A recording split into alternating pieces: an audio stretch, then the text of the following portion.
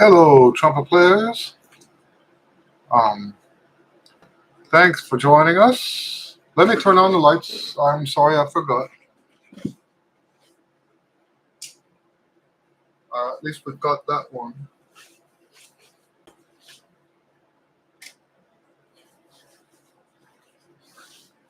Sorry about that. If I don't turn on the lights, it'll go fuzzy.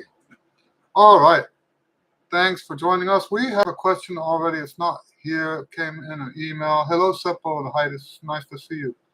Um, Sean asked in an email, can you praise God while playing Hello Ken, while playing jazz, um, like he used the example of a jazz standard, "Darn That Dream."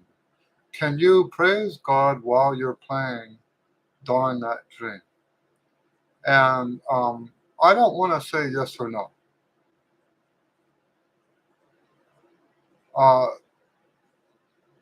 let's look at what Romans says. There's a verse in Romans 12:1. Therefore, I urge you, brothers and sisters, in view of God's mercy, to offer your bodies as a living sacrifice, holy and pleasing to God. This is your true and proper worship. Um, so the picture I think that the Bible paints of worship is that your whole life should worship God. Now, let me tell you some stuff about music that may go against what that passage says. Okay. Um,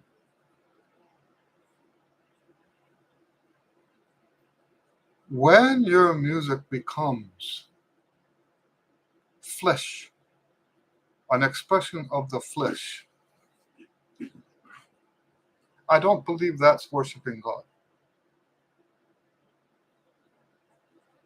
And what is expression of the flesh? You can look it up. There are the so-called fruits of the flesh.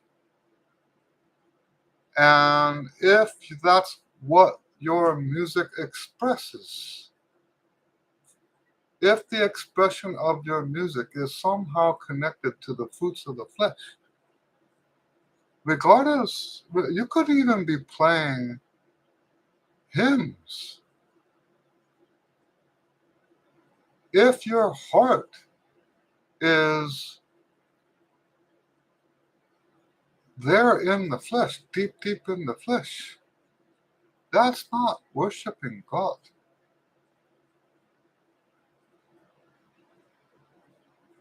So, I does that make sense, right? Um, Things like jealousy or envy, and I'm not sure the exact list, but those kinds of things. If that's what you, so like for example, I remember when I was younger, the reason I practiced was because I wanted people to know that I was a great player.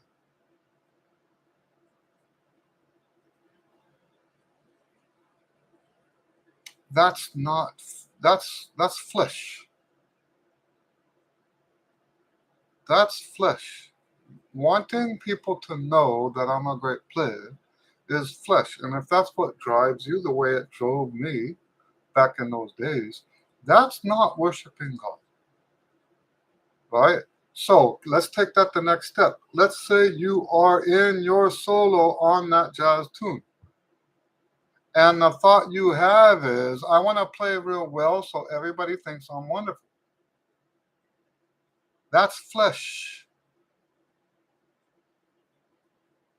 There's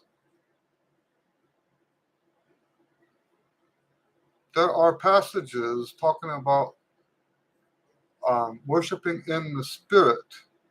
Um, okay, this is John 4:23-24. Yet a time is coming and has now come when the true worshippers will worship the Father in the Spirit and in truth, for they are the kind of worshippers the Father seeks. God is Spirit, and his worshippers must worship in the Spirit and in truth.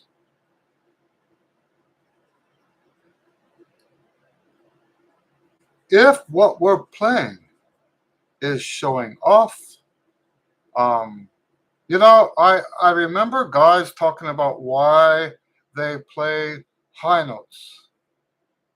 And I know that everyone watching this is an adult, so I don't mind saying this. It's not lewd or anything, it's just adult content. Um, they said the reason they play high notes is because it helps them, quote unquote, get laid. That's not worshiping God because that's flesh, that's not spirit. Is it possible to worship God in all types of music? That's the next question, right? I remember when I first saw there's a document called Communist Goals in America. Communist Goals in America. Now, I understand that those goals have been so called debunked. I don't know if that's true or not. I'm just acknowledging that the communist goals are not for certain genuine. For my story, it doesn't matter if they're genuine or not. When I read the communist goals and saw on about two thirds of the way down the list that they would um, promote ugliness as art, promote ugliness as art.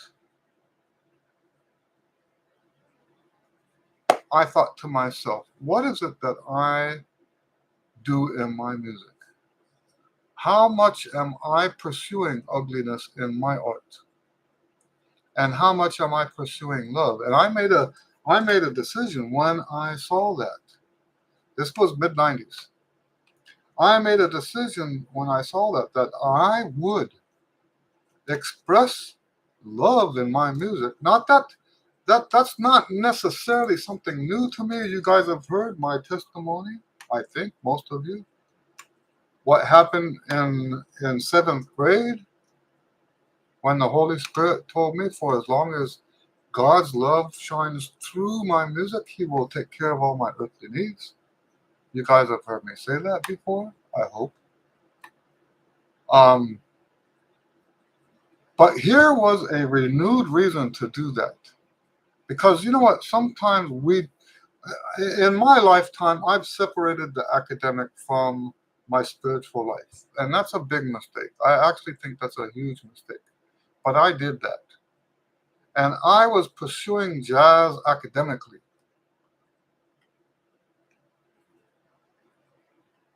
And so the stuff I practiced a lot of times was because that's what jazz players do. I no longer practice that way. This is part of the reason why my way of teaching jazz is so different from everything out there. Um, I don't say it in the lessons, but the way I teach the jazz now is not academic, it's not flesh based,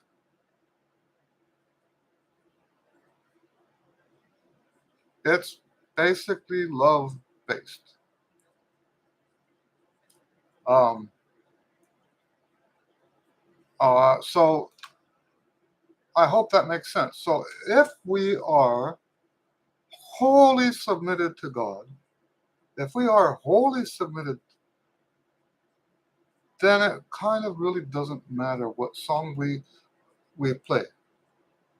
That said, If the song itself is ugly and hateful, and if the song itself is rooted in the flesh, maybe avoid that song. Maybe avoid that song. I hope that makes sense. But yes, you can worship God playing any song you want as long as your heart is in the right place. As long as it's spirit and not flesh. All right. I hope that answers the question. Um, Seppo says, I have read all your tonalization books now anew. Is there a tonalization book which goes all the way to a high G? Um, no, I keep forgetting if that's on there or not. Let me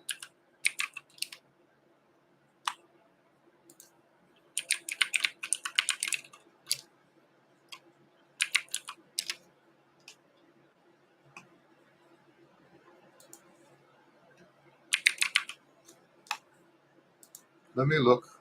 We're having trouble with the store right now. If you go to the store, don't buy any cheap stuff at the store right now. I set all the cheap things to $20 as a way. Hello, Eduardo. Nice to see you. I set them all to $20 as a way to combat some hacking that we're experiencing right now. It's not hardcore hacking, but I would like it to stop. Um, so let me see.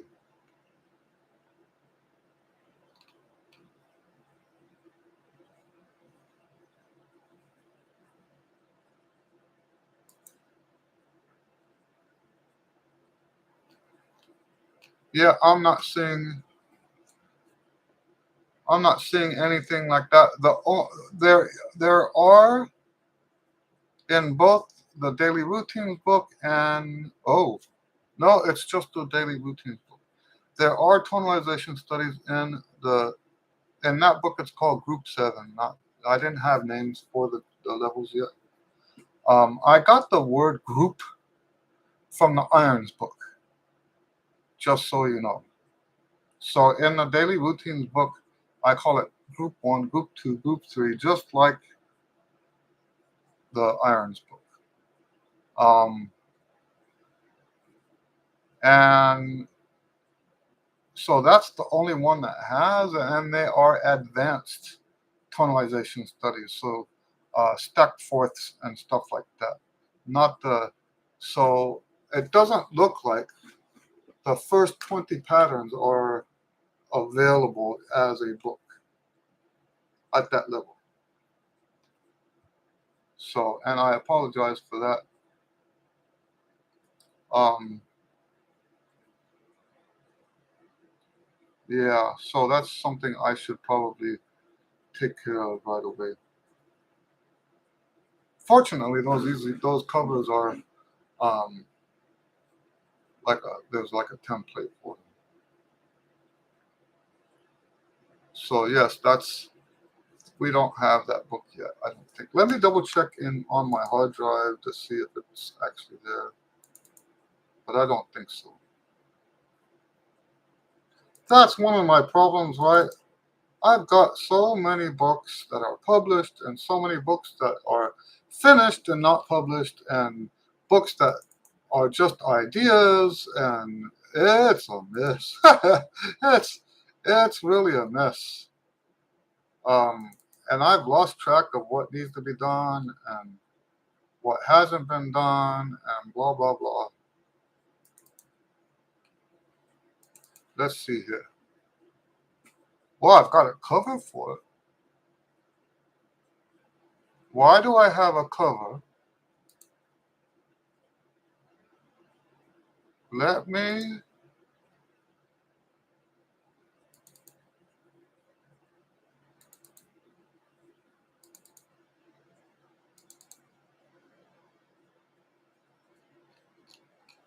Ah, okay. I don't see it. Let me do a general search.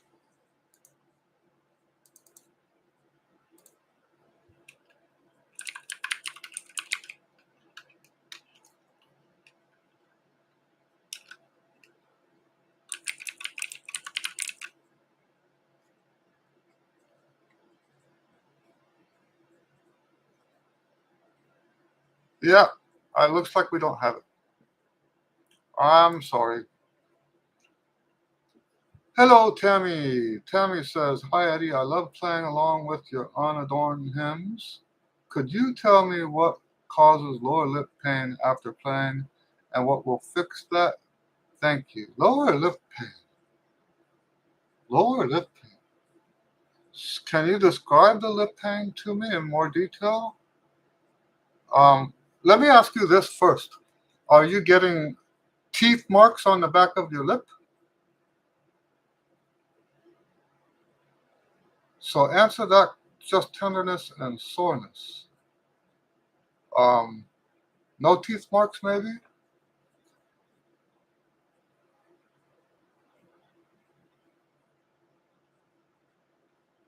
Okay. And does this happen more often when you're playing loud?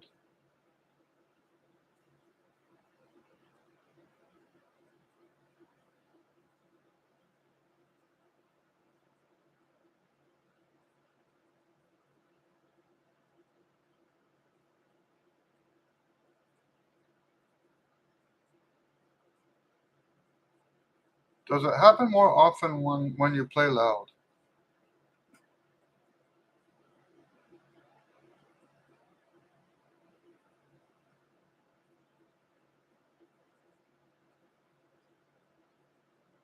Okay.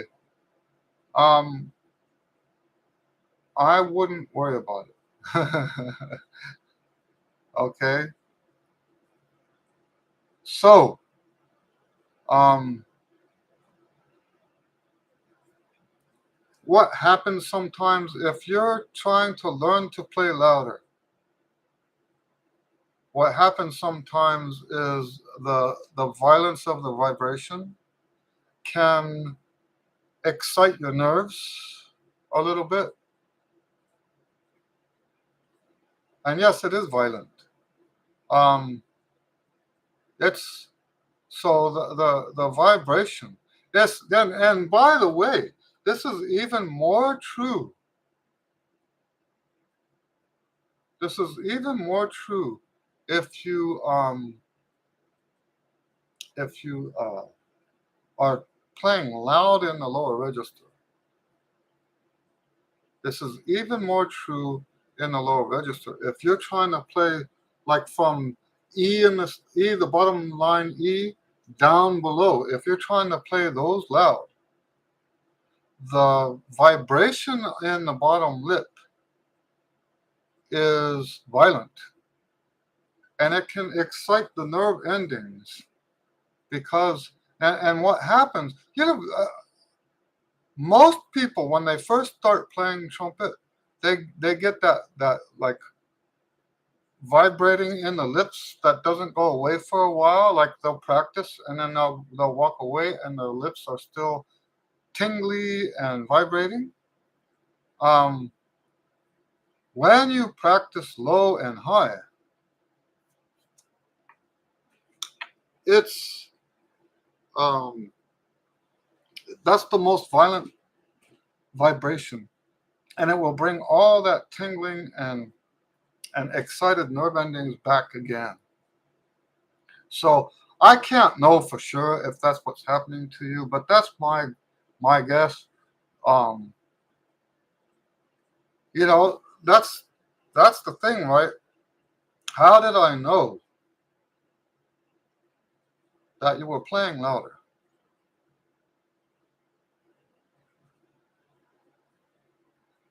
Because I've seen this before.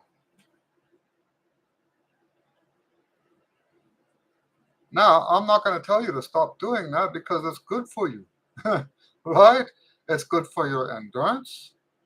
It's it's good for your sound. There's so many great things that come from playing louder. So many great things. One of the best of those things is your endurance. Your endurance will go up. Um, I have a secret project that I'm working on right now, and I've been going through it. Just the beginner stuff right now. I've been going through the beginner stuff, and I've been playing it full volume. Just the beginner stuff, only up to C in the stuff. But I'm telling you, I get a huge workout. I'm actually thrilled because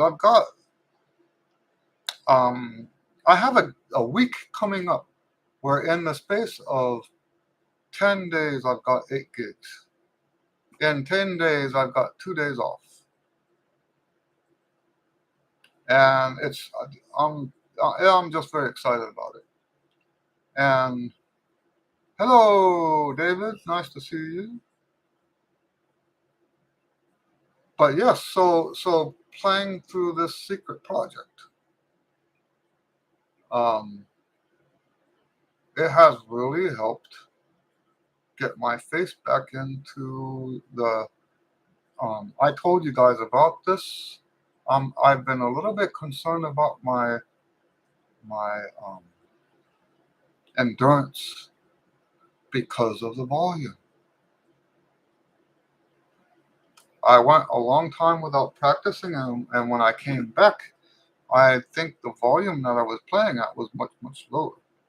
So when I got onto a gig, and yes, normally people do get tired on those gigs, but it was the crowd noise was so loud, and I was playing so loud, and for the first time in really my almost my whole career, I had to take the horn off my face to rest in the middle of a song, and I just don't want that to happen again.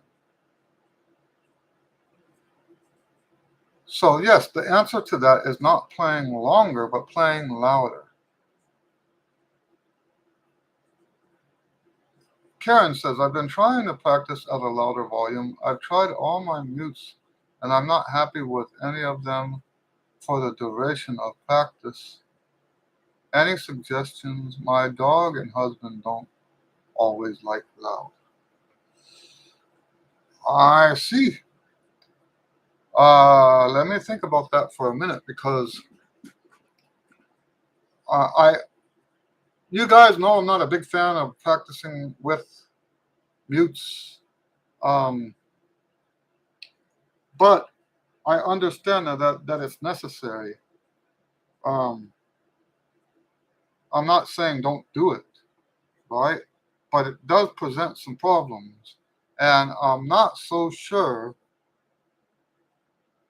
Ha ha ha ha ha ha. Tammy says she loves any excuse to play loud. All right, so um, there are problems with playing in the mute. Um,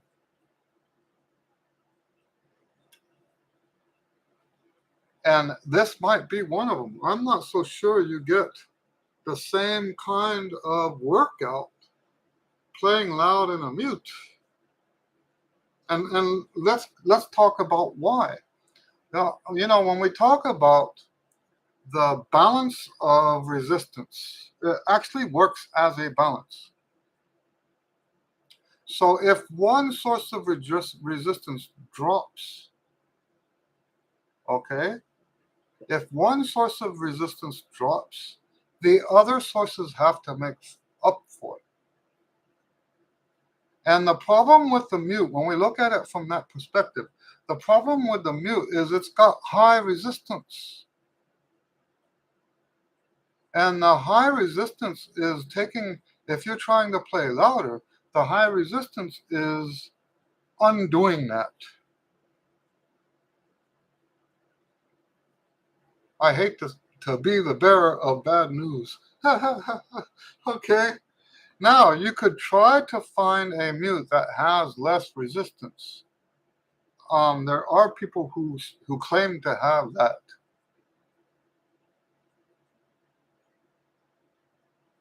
Yeah, so David says Yamaha makes an electric. mute that does not create a lot of resistance. So um, I like the Yamaha silent brass if that's the one you're talking about. I'm not sure. I don't want to be. I don't want to say one way or the other, but I'm not sure how much that affects what we're talking about. Really, the best way is to just open up. The best way is to just open up real loud. And so, yes, if that's how you, Karen, if that's how you've been doing it, and you haven't been seeing results in the improvement in the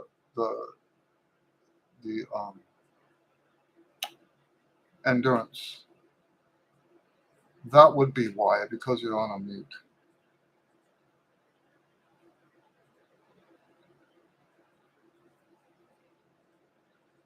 So, so yes, you know, I have in the past, um, when so never has been in at my home, whether as an adult or in my family's home when I was younger. Um, but when we visit people, I will often go practice in the garage if I think it's going to disturb them.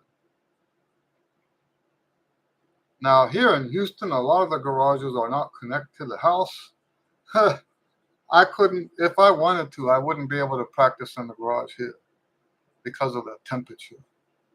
It's always way, way, way too hot in there. Um,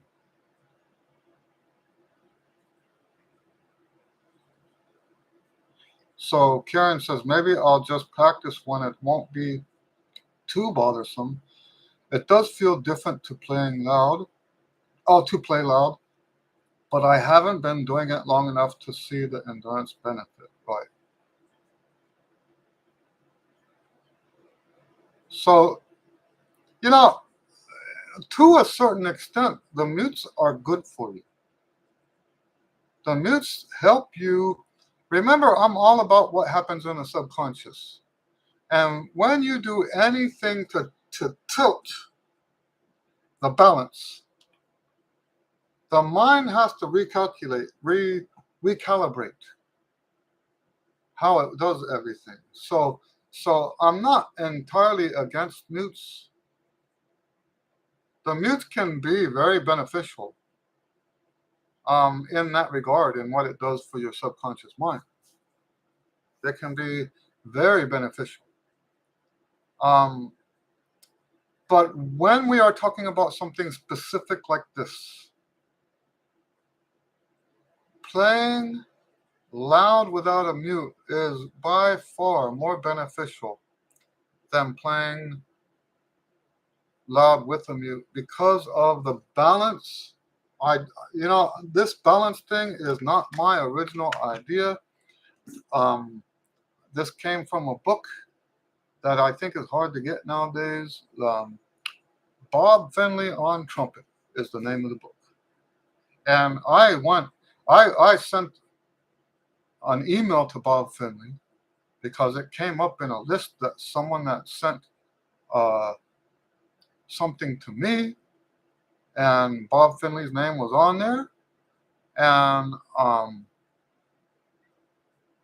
I sent him an email thanking him for his book because it was life changing for me. And he said that uh, Carmine Caruso would be smiling in his grave to hear that, right? So apparently, his book is derived from what he learned from Carmine Caruso. But anyway, so he talks about um, a balance of sources of resistance. And I truly believe in that balance now. If your jaw is too far down, all the other sources of resistance must come up. Lower jaw is less resistance. And it works the same way. Lower tongue less resistance. So if you have a tongue position that's deep, deep down in your mouth, you're making all the other sources of resistance have to work harder.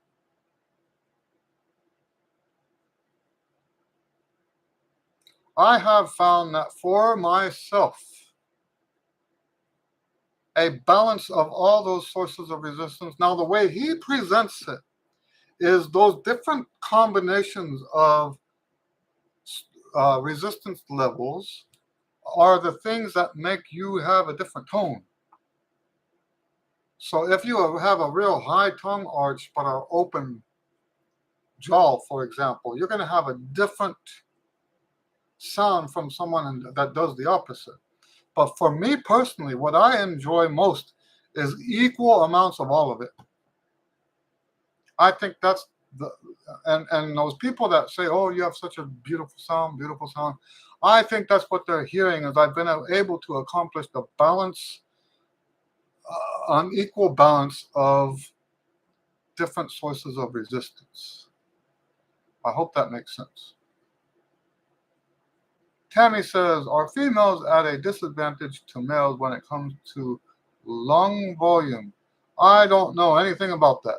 Okay, I apologize.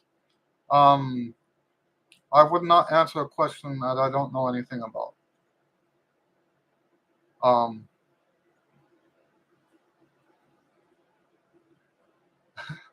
all all Creole days absolutely sounds better with a what's oh is that a song?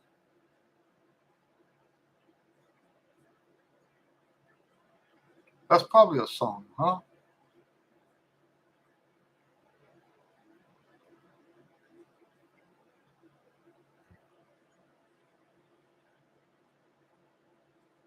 So I love Creole music. I love all kinds of uh, folk music, but I love Creole music. Um, and Cajun music. Not that there's a whole bunch of difference between the two, but people who are aficionados know the difference, right? Um,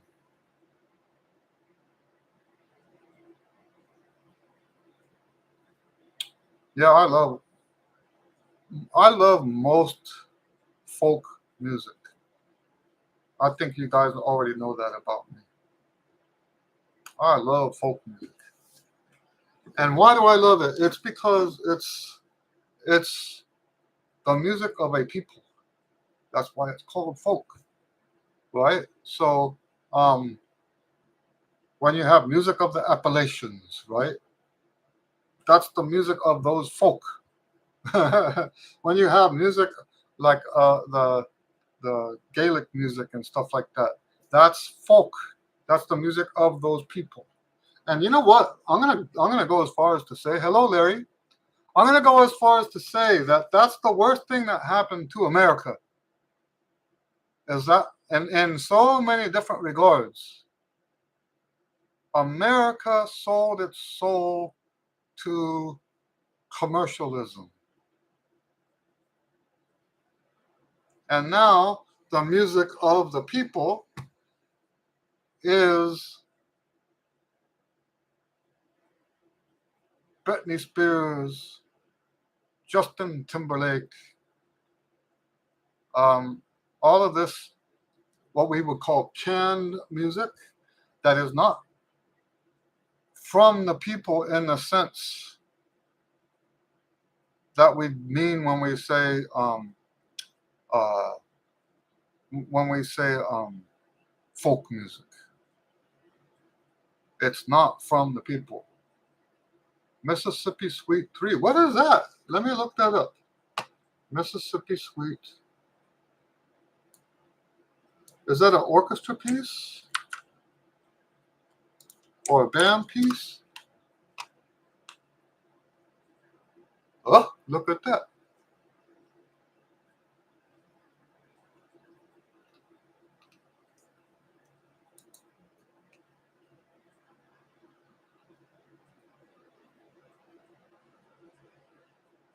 Hey, that sounds great. I'm going to leave it up so I remember to listen to it.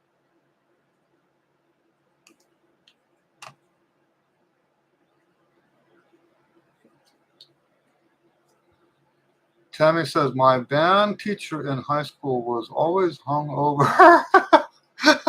And he made us play Old Crayola Days every morning. Okay, I'm going to have to listen to this. I'm going to have to listen to it. Huckleberry Finn, Old Crayola Days.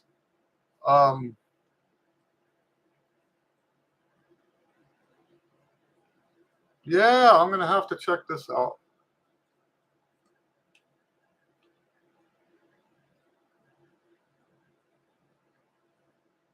I'm going to have to check that out.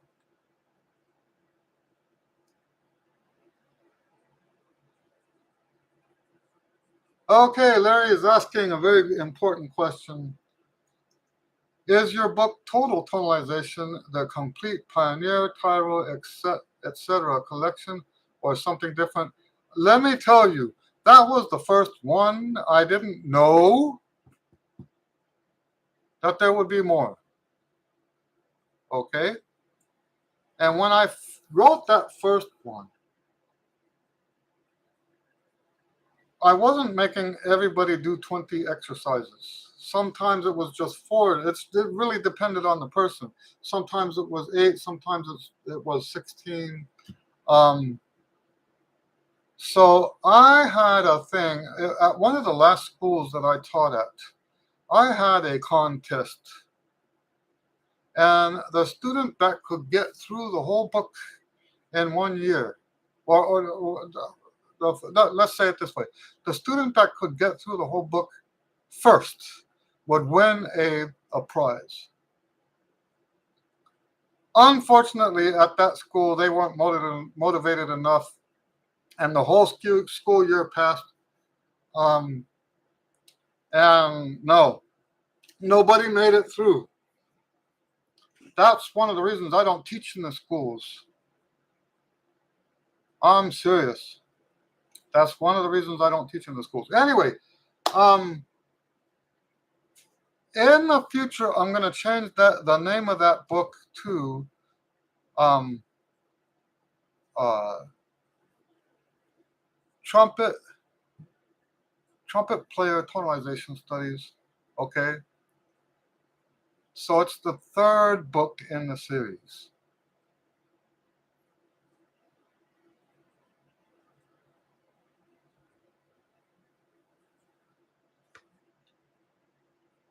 Oh, I will have to do something about that. Let me. So Tammy says, I'll get to you, Larry. Tammy says, let's revive traditional folk music and classical hymns. Amen.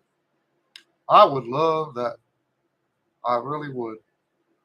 Um, Larry says, I have the Pioneer Tonalization book Spiral Bound and want to get the next Tyro tonalization, but it's not available in spiral bound format on Lulu.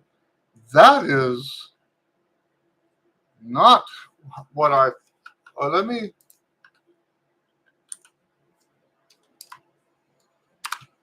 Actually, let me go to my website and see what's going on there.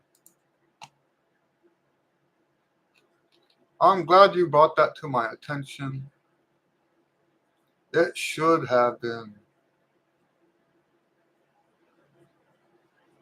Trumpet Tyro.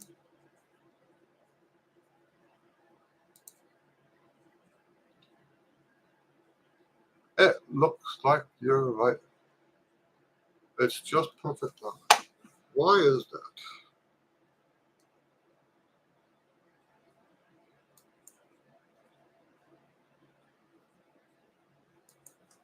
Let me do a quick search.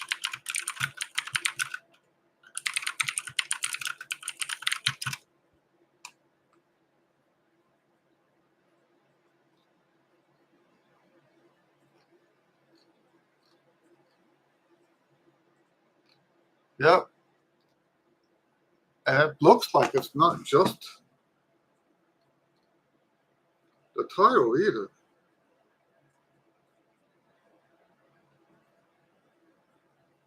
Yes, I agree with you. That's why I don't make nearly the percentage of profit on the spiral bound ones, but you guys know that's not what I'm about. I have long said that when you are successful, I am successful. Okay? And so some people, in fact, Lulu themselves, they recommend increasing the price on the spiral bound. I won't do that. So I just take a cut. I think I make on each of those books a couple dollars.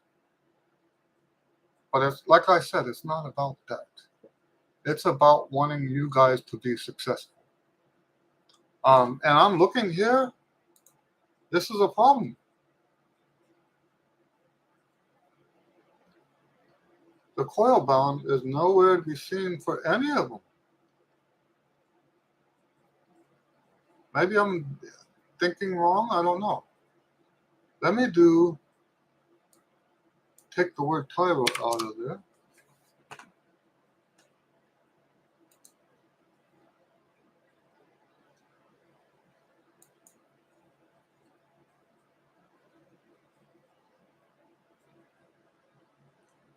I'm going to have to get in there. Let me put a note to myself.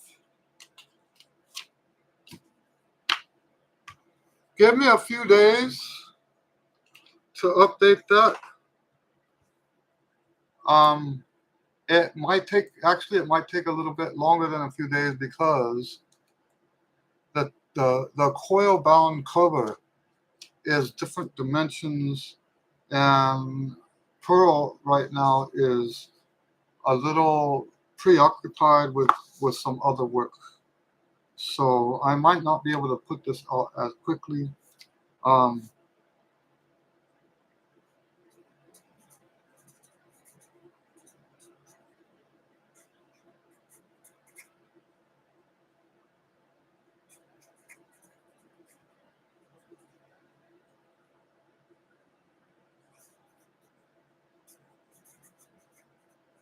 Yes, I'm going to say it again because it's so important to me.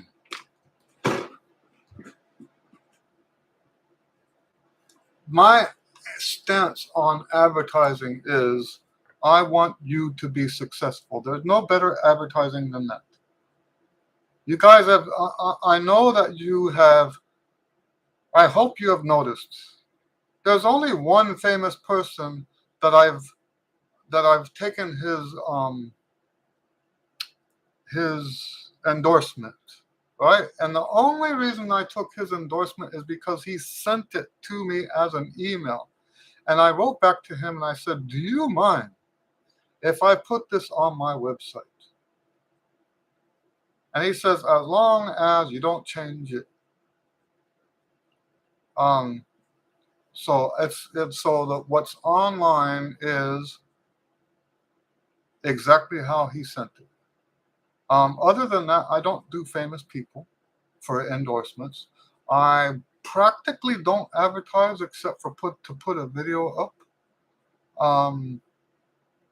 What I want is for you guys to be successful, so other people will say, "Hey, how did you do that?" Okay, and yeah, so far that business model has worked very well. It has worked very well. We don't pay for advertising. I wouldn't mind paying for advertising if I knew for sure that I was reaching people that wanted the books. And once again, paying for advertising is not so that I can make more money, but so I can reach more people. But if the advertising is just being wasted on people that don't want my product, then I'm not interested. That's another thing about my approach to this. I'm not interested in converting people that don't want my products. I'm not interested. You know, the Holy Spirit told me one time that my products are for the people who like them. That changes everything, doesn't it? That changes everything. I haven't spent my last 30 years trying to convince people that they should buy my stuff.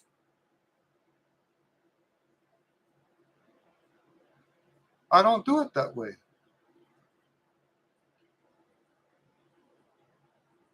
So anyway, let me get caught up here. Larry says, yep, spiral coil bound is so much better to deal with.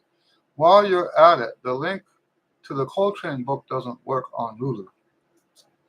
Let me put another one. Oh my.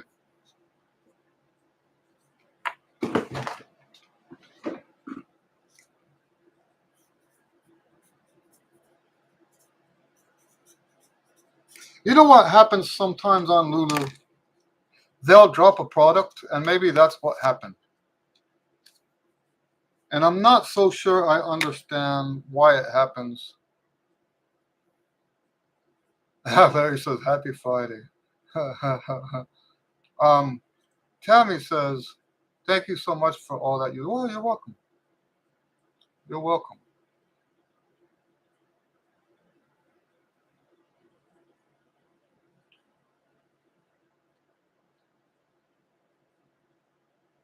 Yeah. All right, any other questions?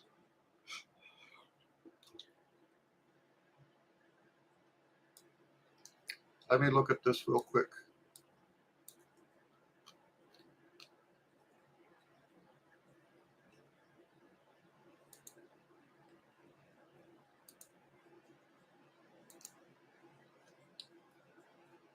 Wow.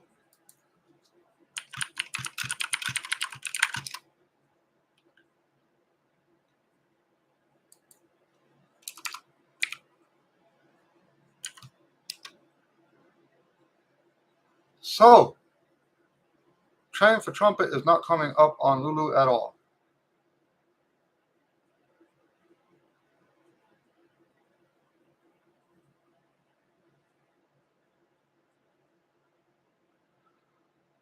Larry asks, do you have any advice on keeping motivated? I went a whole year with no problems, but now less inspired for some reason. Um, my first advice for you, we should always keep in mind why we're doing this. And make sure that everything that you're practicing is in alignment with that. You know what happens with the dogma, the trumpet dogma, is that we do stuff because that's what everybody says we're supposed to do. That's what the people in the master classes say you're supposed to do this. The private teachers, you're supposed to do this. The band directors, you're supposed to do this. That's not necessarily going to be true for you. So, and if you don't know why you, Larry, are you a comeback player? I think you told me you were a comeback player, that you went a bit of time without playing.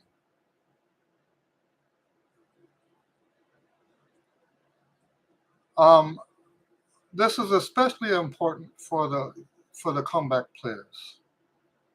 Why did you come back? I think it's important to answer that question. You don't have to tell me, right? You don't have to tell me, but ask yourself the question, and then answer the question. Answer it honestly. Why did you start back up? And then check to make sure that everything you're practicing is in alignment with that reason.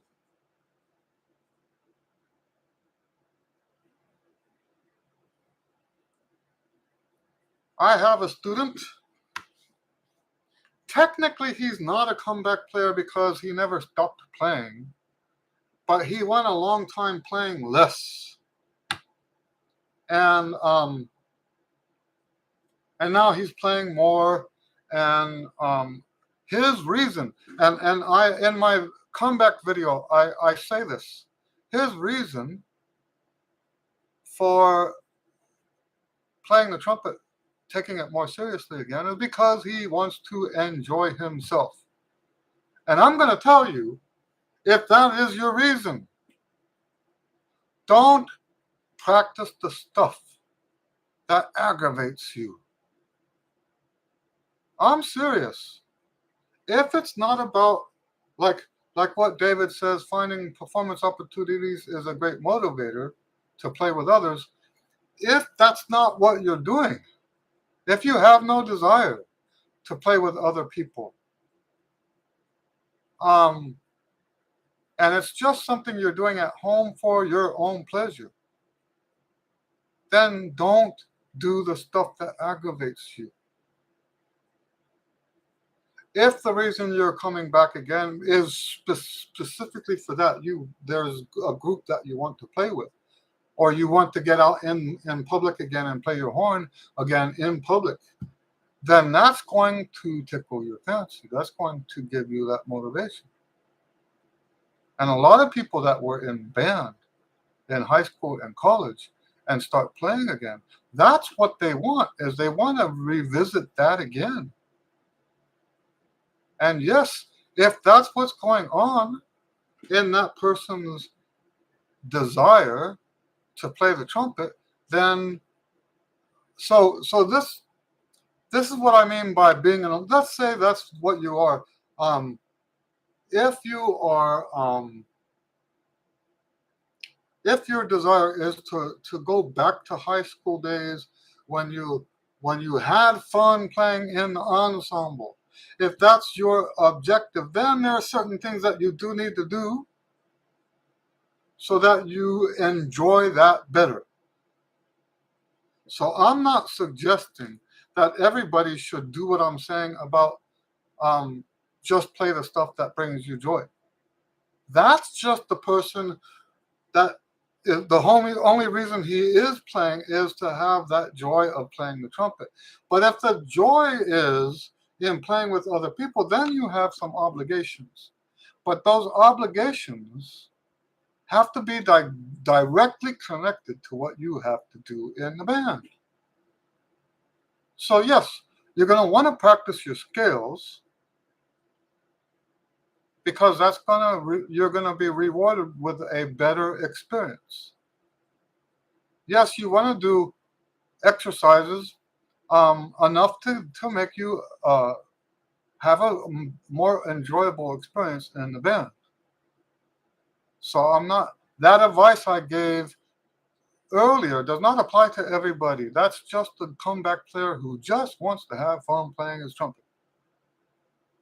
Well, now, and you know the example I always give, because most of the comeback players I've taught, most of them, and when I say most, I mean 60%.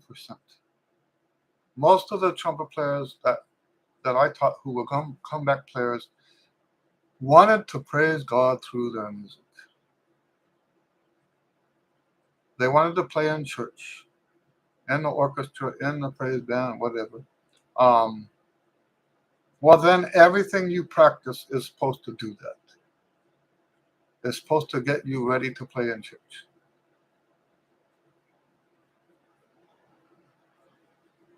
I hope that makes sense. So, keeping in alignment of why you got back into it. Now, let me also say this. You are allowed to change the reason why you're playing. Okay? So, let's say you just wanted to have fun, and then after a while, you know, your reasons change. Well, then the way you practice should change too. But anyway, I think that's how you stay motivated, is to stay in alignment with why you're doing it. Stay in alignment with what, and outside of trumpet, we call it um, fulfilling your purpose, right? Um, and it's the same thing for trumpet. If you're having trouble with motivation, maybe you're trying to do stuff that's not part of what you want to do.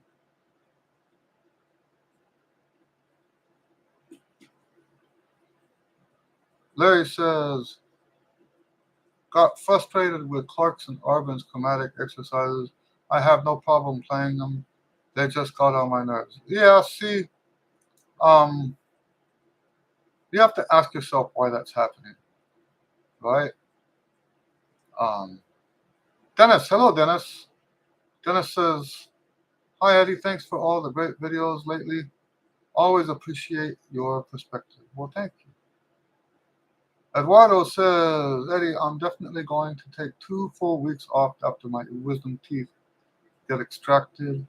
Any suggestions on how to come back to practice?" Yes, that's what the pyramid was originally for. Coming back after a break. And so one way to do that is to start with the lowest routine on the first day. The next routine, like Pioneer one day, this is different from the regular schedule. Tyro the next day, Player the next day until you get back to where you're going. Um, that's a great way to use the books. That's, you know, so far, so far, my books are the only books I know of that have that um those levels. Almost all of the modern quote unquote methods for the physical stuff, almost all of them are professional level. And it creates a sink or swim scenario for the people who are trying to play them who don't already have that skill. Um, my routines, uh, beginners can play the first one. I designed it that way. But another way to use that is to, when you're coming back from a break, especially after surgery or something like that, is to start with that lowest level again. And I think if you do that, you'll find that 2 weeks off is nothing.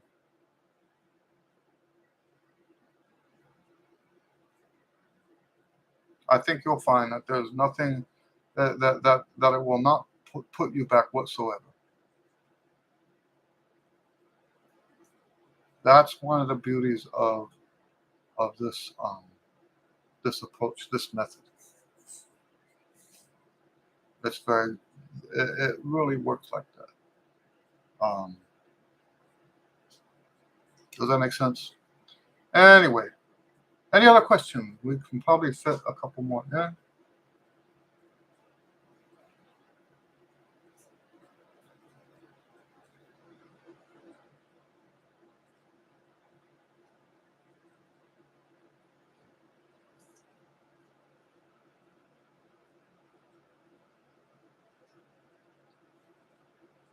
Any questions?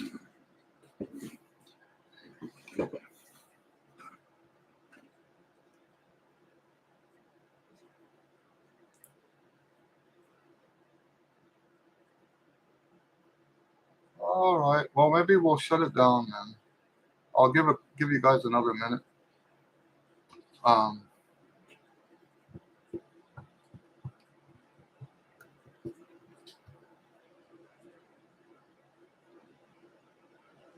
all right.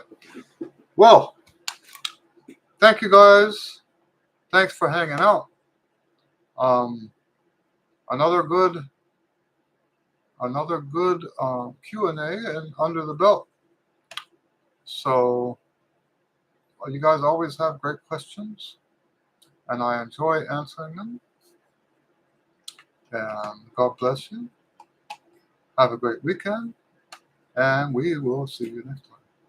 I do have a week coming up, at least 1 week, where I've got gigs and I just won't be able to do it. Okay, but I'll let you know when that happens. Okay. See you next time. Have a great weekend. Bye.